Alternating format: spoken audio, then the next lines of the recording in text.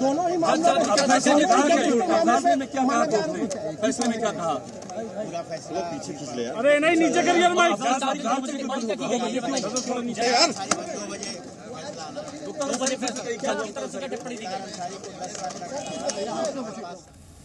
तो इस वक्त आप सुन रहे थे वकील की बात को भी, और ये जो पूरा मामला है जिसमें गैंगस्टर एक्ट की धाराएं मुख्तार अंसारी के खिलाफ लगाई गई थी, ये कृष्णानंद राय की हत्या का मामला है।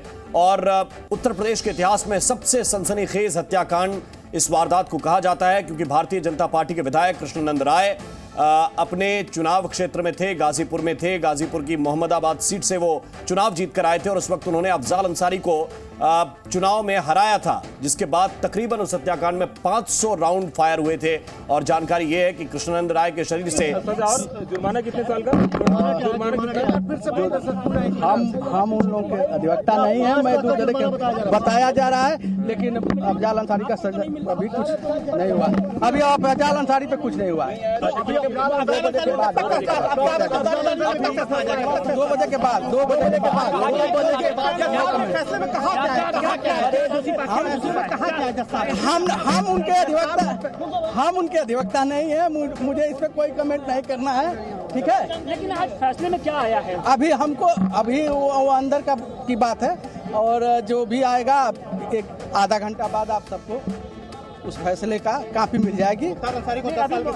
मुख्तार पे 10 साल की सजा बताया गया है कि 10 साल की सजा न्यायालय द्वारा दी गई है। 5 लाख रुपया जुर्माना भी है? हाँ, ऐसी समाचार। पंकज पांडे नाम है, ठीक है।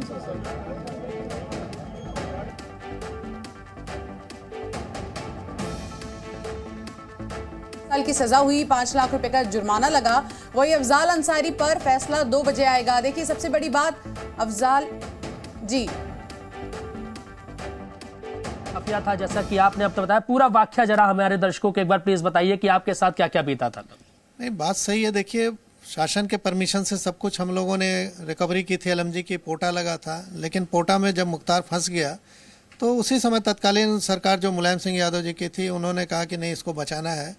और अंत में पूरी जद्दोजहद हुई। रातों रात बनारस जोन के आईजी का ट्रांसफ़र, डीआईजी का ट्रांसफ़र, तत्कालीन एसएसपी एसटीएफ श्री राजकुमार विश्वकर्मा जी जो वर्तमान में डीजीपी हैं, इनका ट्रांसफ़र।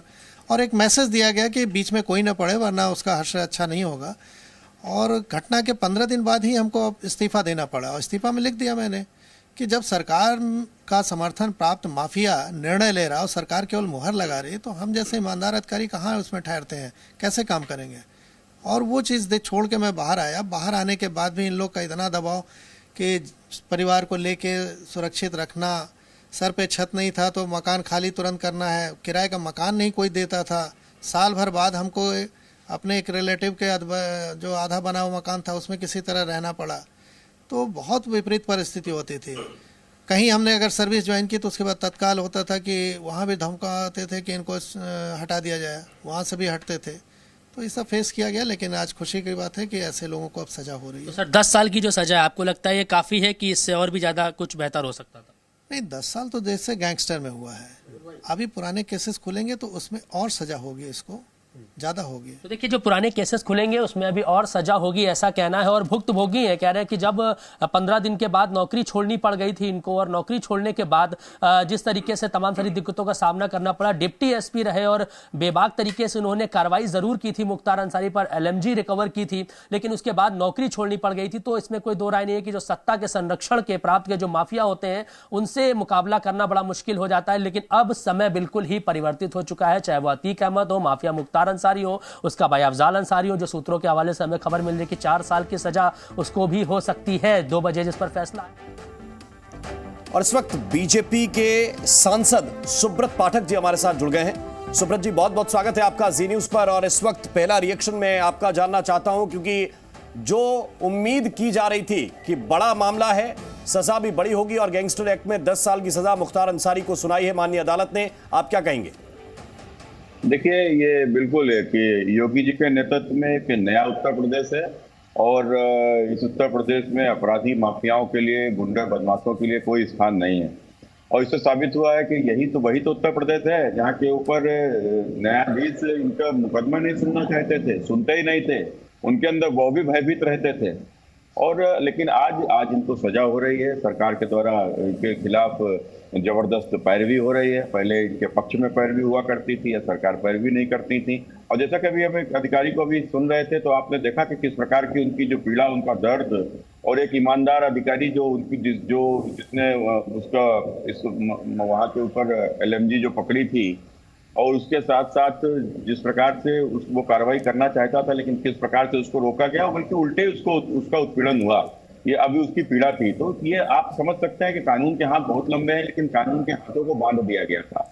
लेकिन आज इस सरकार ने कानून के हाथों को खोल दिया है। तो अपराधी कोई कितना भी बड़ा हो, कितना भी बड़ा माफिया हो, अखूत संपत्ति पैदा की हो, कितनी भी जड़ें उनकी अपराध में गहरी हो, लेकिन अब वो कार्रवाई की जद में आ रहे हैं, उनको कार्रवाई हो रही है।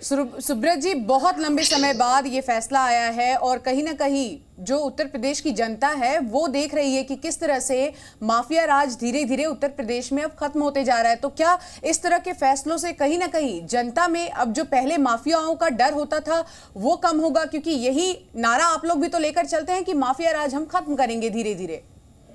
नहीं, देखो, ये बिल्कुल ये जनता ने शायद इसीलिए जनादेश योगी जी को दोबारा दिया था, और 2014 से आज तक यदि प्रधानमंत्री नरेंद्र मोदी जी के ऊपर उसका भरोसा है, तो इसीलिए क्या आप देखिए पूरे देश में, चाहे आतंकवाद हो, नक्सलवाद हो, किसी भी प्रकार का उग्रवाद हो, ये दंगा फसाद, इन सब के ऊपर आज सख्ती से पेश आ रही है सरकारें।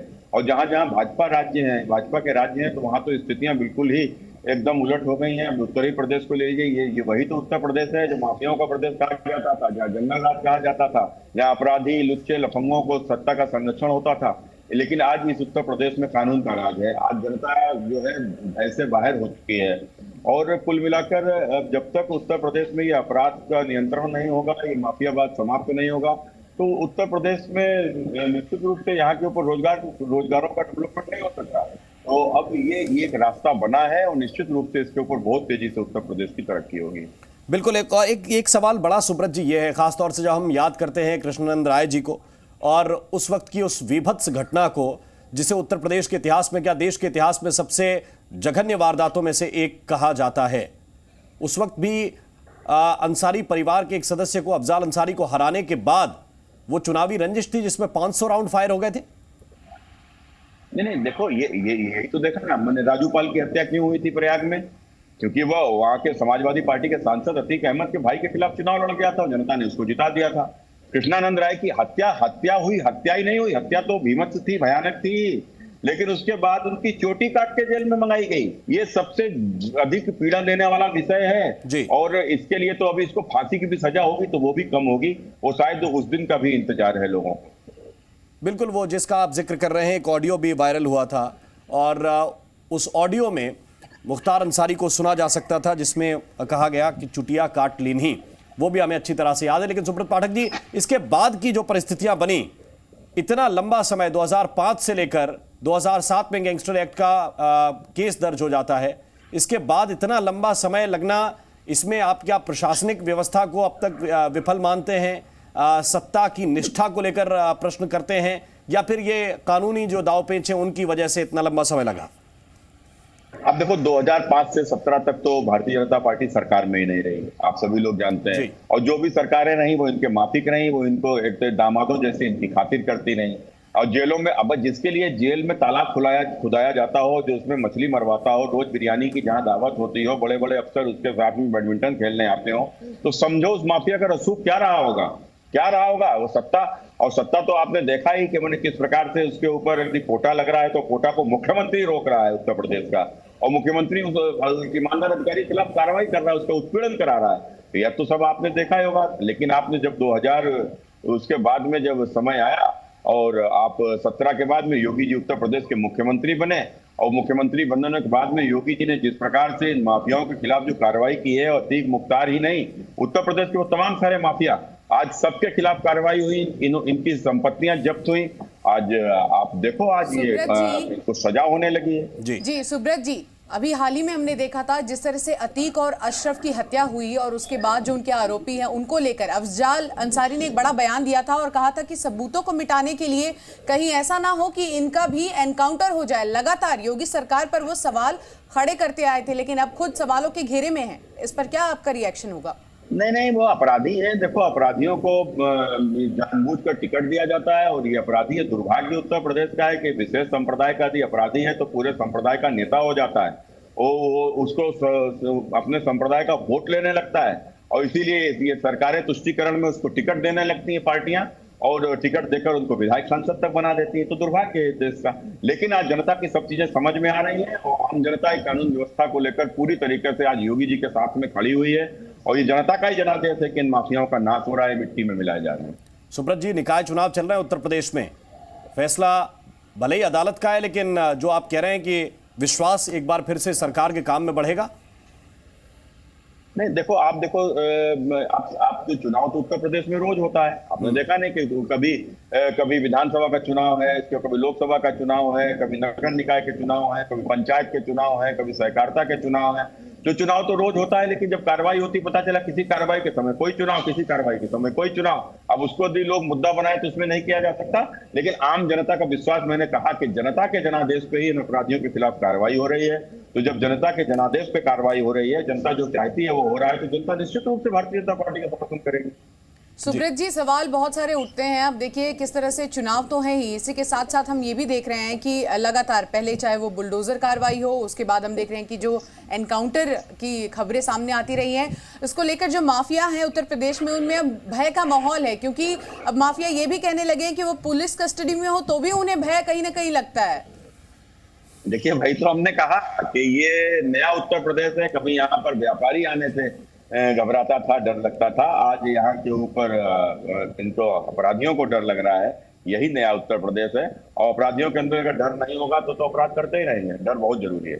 सुब्रत जी, एक अंतिम सवाल। आपने संरक्षण की बात कही कि सत्ता का संरक्षण मिलता रहा, इसलिए ये फलते फूलते रहे। हमने ये भी देखा कि कैसे गवाह बयान से मुकरे, कैसे गवाहों की भी जान गई, और ये भी देखा कि एक छोटे से केस में कैसे मुख्तार को पंजाब की जेल में ले जाया गया। वहां के जो आम आदमी पार्टी के जेल मंत्री नए बने, उन्होंने विधानसभा में खड़े होकर जो बातें कही वो बहुत ही हैरान कर देने वाली थी। नहीं, बिल्कुल यही तो इनका रसूख था। और ये रसूख क्या, ये जो इनका जो रसूख था तो सत्ता के ही ताकत के ऊपर, और सत्ता की जिनके हाथों में रही वो इनके हाथों की कठपुतली रहे।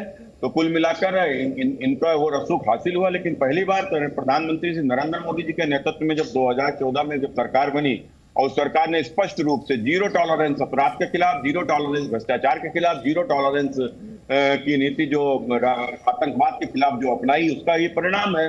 और जब राज्यों में भारतीय जनता पार्टी की सरकारें आ गई तो आप देखो ये माफिया घुटने पर आ गए और मिट्टी में मिलना शुरू हो गए। बहुत बहुत शुक्रिया आपका सुब्रत जी, हमारे साथ जुड़ने के लिए और अपना समय देने के लिए। तो साफ तौर पर आपने देखा कि आज कोर्ट ने बड़ा फैसला सुनाया है, 10 साल की सजा। जी न्यूज़।